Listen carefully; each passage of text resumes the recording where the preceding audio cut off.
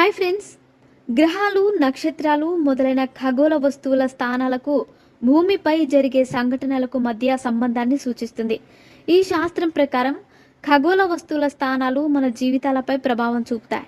ఈ ప్రభావం ఆధారంగా జ్యోతిష్యులు భవిష్యత్తును ఊహిస్తారు.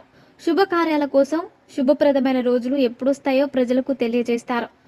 హిందూ జ్యోతిష శాస్త్రంపై ఆధారపడే చాలామంది ప్రజలు అనేక నమ్మకాలు పెట్టుకున్నారు. అలాంటి నమ్మకాల్లో మంగళవారానికి సంబంధించి ఒక నమ్మకం ఉంది. అదేంటంటే మంగళవారం ఆర్థిక లావాదేవీలకు, ముఖ్యంగా డబ్బు తీసుకోవడానికి లేదా అప్పు ఇవ్వడానికి అనువైన రోజైతే కాదు.